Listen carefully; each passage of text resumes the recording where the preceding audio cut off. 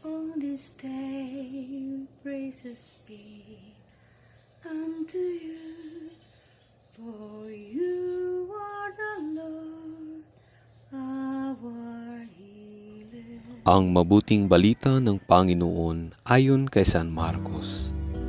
Malapit na sina Jesus sa Jerusalem, nasa gulod ng bundok ng mga Olibo, at natatanaw na ang mga bayan ng Betfage at Bitanya. Pinauna ni Jesus ang dalawa sa mga alagad at sinabi sa kanila, "Pumunta kayo sa susunod na nayon.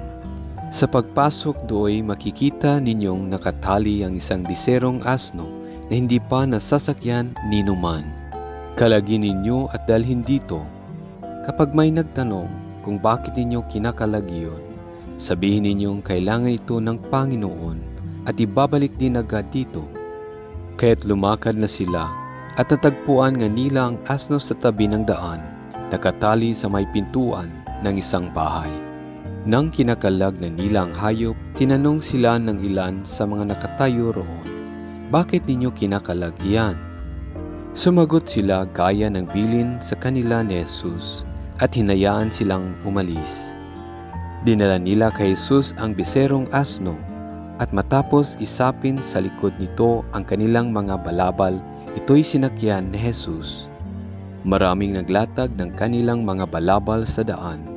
Ang iba na may pumutol ng madahong sanga ng kahoy at siyang inilatag sa daan. Ang mga tao sa unahan at hulihan niya'y sumisigaw ng, "Hosana! Pagpalain ang dumarating sa pangalan ng Panginoon. Pagpalain nawa ang kaharian ng ating amang si David na muling itinattatag. Purihin ang Panginoon." Ang mabuting balita ng Panginoon. Pinupuri ka namin, Panginoong Hesukristo. Unang pagbasa. Pagbasa mula sa aklat ni Propeta Isaias. Ang makapangyarihang Panginoon ang nagturo sa akin ng sasabihin ko para tulungan ang mahihina. Tuwing umagay, kanyang binubuksan ang aking pandinig. Nananabik akong malaman kung ano ang ituturo niya sa akin. Binigyan niya ako ng pangunawa. Hindi ako naghimagsik ni tumalikod sa kanya. Hindi ako tumutol nang bugbugin nila ako. Hindi ako kumibo nang ako'y kanilang insultuhin. Pinabayaan ko silang bunutin ang buhok ko at balbas. Gayon din nang lurhan nila ako sa muka. Ang mga pagdustang ginawa nila'y di ko pinapansin, pagkat ang makapangyarihang Panginoon ang tumutulong sa akin. Handa akong magtiis na sampaling parang bato, pagkat aking batid na ang sarili ko'y di mapapahiya. Ang salita ng Diyos.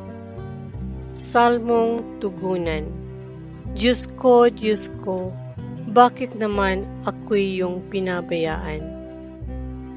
Bawat taong makikita'y umiiling, nanunukso, palibak na nagtatawat, sinasabi ang ganito, "Nagtiwala siya sa Diyos, ngunit hindi siya pansin. Kung talagang minahal, bakit hindi intindihin? Diyos ko, bakit naman ako'y iyong pinabayaan?" May pangkat ng mga buhong na sa aki pumaligid, para akong nasa gitna niyong asong mababangis. Ang kamay ko at paay butas sa pakong matulis.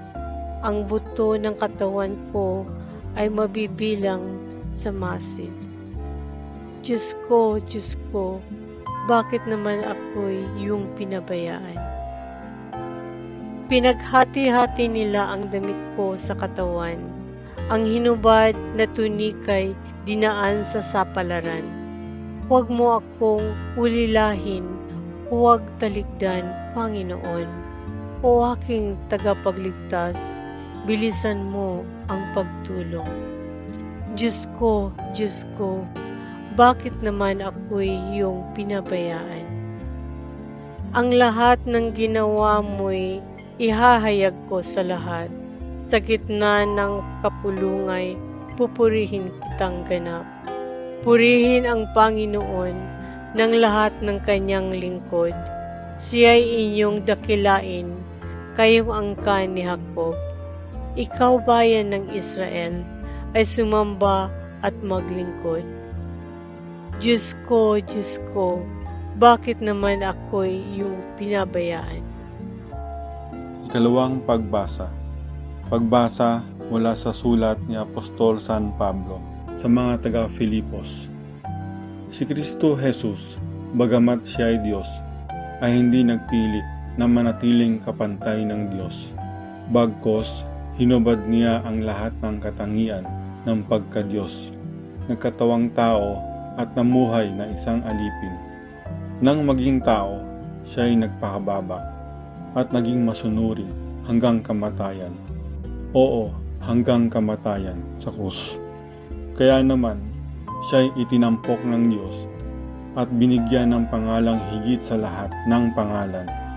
Ano pat ang lahat ng nilalang na nasa langit, nasa lupa, at nasa ilalim ng lupa ay maninikluhod at sasamba sa Kanya, at ipapahayag ng lahat na si Hesukristo ang Panginoon sa ikararangal ng Diyos Ama.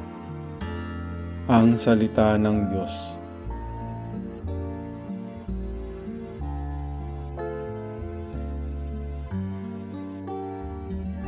Ang pagpapakasakit ng ating Panginoong Hesukristo ayon kay San Marcos.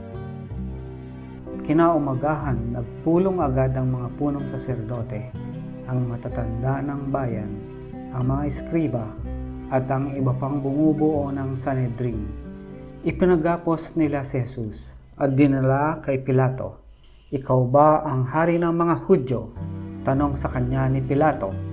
Kayo na ang nagsasabi. Tugon naman ni Jesus. Nagharap ng maraming sumbong ang mga punong saserdote laban kay Jesus, kaya't siya ay muling tinanong ni Pilato, "Wala ka bang isasagot? Narinig mo ang dami ng kanilang sumbong laban sa iyo." Ngunit hindi na tumugon pa si Jesus, kaya't nagtaka si Pilato. Tuwing pista ng Pasko ay nagpapalaya si Pilato sa isang bilanggo, sino man ang hilingin sa kanya ng taong bayan. Nakabilanggo noon ang isang lalaking nangangalang Barabas, kasama ng ibang naghimagsik at nakapatay ng nagdaang himagsikan. Lumapit ang mga tao at hiniling kay Pilato na isagawa na ang kanyang kinaugaliang pagpapalaya ng isang bilanggo. "Ibig ba ninyong palayain ko ang hari ng mga Hudyo?" tanong niya sa kanila. Alam ni Pilato na inggit ang nagudyok sa mga punong saserdote na dalhin sa kanya si Jesus. Ngunit ang mga tao ay sinulsulan ng mga punong saserdote na si Barabas ang hilinging palayain. "Kung gayon, ano ang gagawin ko sa taong ito na tinatawag ninyong hari ng mga Hudyo?"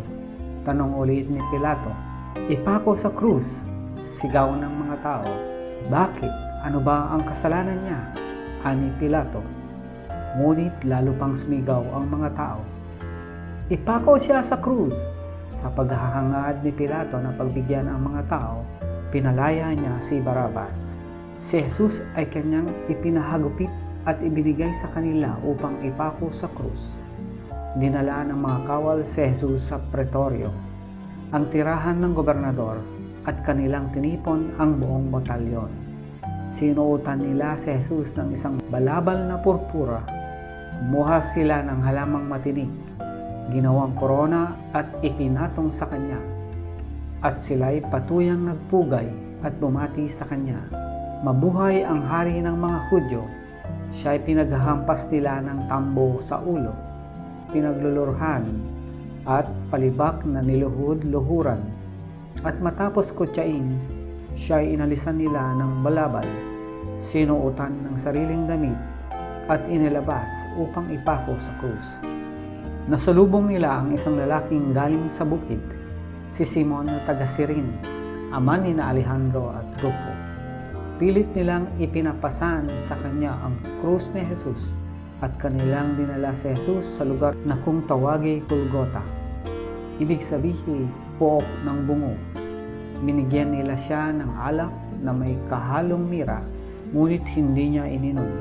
Ipinako siya sa krus at nagsapalaran sila upang malaman kung alin sa kanyang mga damit ang mapupunta sa bawat isa.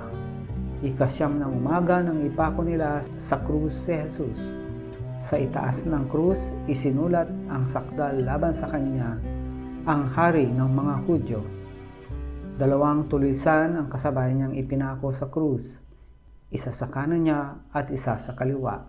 Sa gayoy, natupad ang nasasaad sa kasulatan. Ibinilang siya sa mga salarin. Nilibak siya ng mga nagdaraan na tatango-tangong nagsabi, "Di ba ikaw ang gigiba ng templo at muling magtatayo nito sa loob ng 3 araw? Iligtas mo ngayon ang iyong sarili." Bumaba ka sa krus. Kinutya rin siya ng mga punong saserdote at ng mga eskriba. At ang sabi sa isa't isa, iniligtas niya ang iba, ngunit di mailigtas ang sarili. Makita lang nating bumaba sa krus ang Mesiyas na iyan na hari ng Israel. Maniniwala tayo sa kanya. Inalipusta din siya ng mga nakapakong kasama niya. At nagdilim sa buong lupain mula sa tanghaling tapat hanggang sa 3 ng hapon. Nang mag-iikatlo ng hapon, si Jesus ay sumigaw, Eloi, Eloi, lema sabachthani. na ang ibig sabihin, Diyos ko, bakit mo ako pinabayaan? narinig ito ng ilan sa mga nakatayo roon at kanilang sinabi, "Pakinggan ninyo." Tinatawag niya si Elias. May tumakbo at kumuha ng espongha at binasa ng maasim na alak at pagkatapos ay nilagay sa dulo ng isang tambo at ipinasipsip kay Jesus.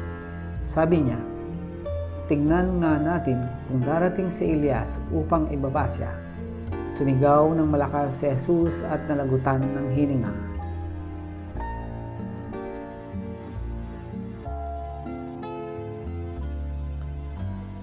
Biglang nawasak sa gitna ang tabing ng templo mula sa itaas hanggang sa ibaba. Nakatayo sa harap ng krus ang isang kapitan ng mga kawal at kanyang nakita kung paano namatay si Jesus. Kaya't sinabi niya, "Tunay ngang anak ng Diyos ang taong ito." Ang mabuting balita ng Panginoon. Pinupuri ka namin, Panginoong Hesukristo.